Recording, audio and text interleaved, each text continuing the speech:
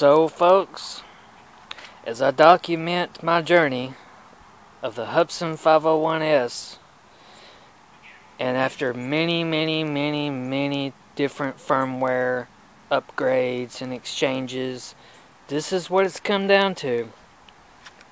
As of last night, I've finally crashed my bird, and I had the newest firmware that Shelly released a few days ago installed, and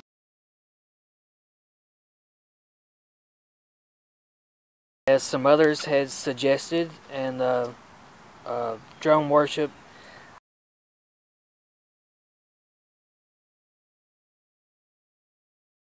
but I do know that I had it up probably about 60 meters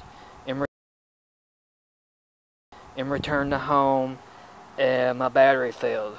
I could not get it to land quick enough. I mean, it went all the way down to 6.0 volts,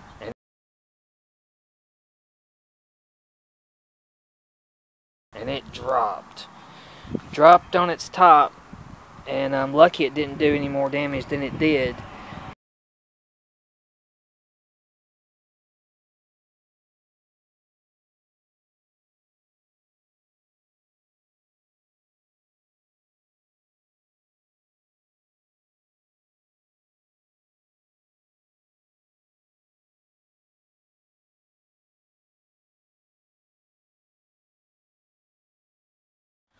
But anyway, that's what happened.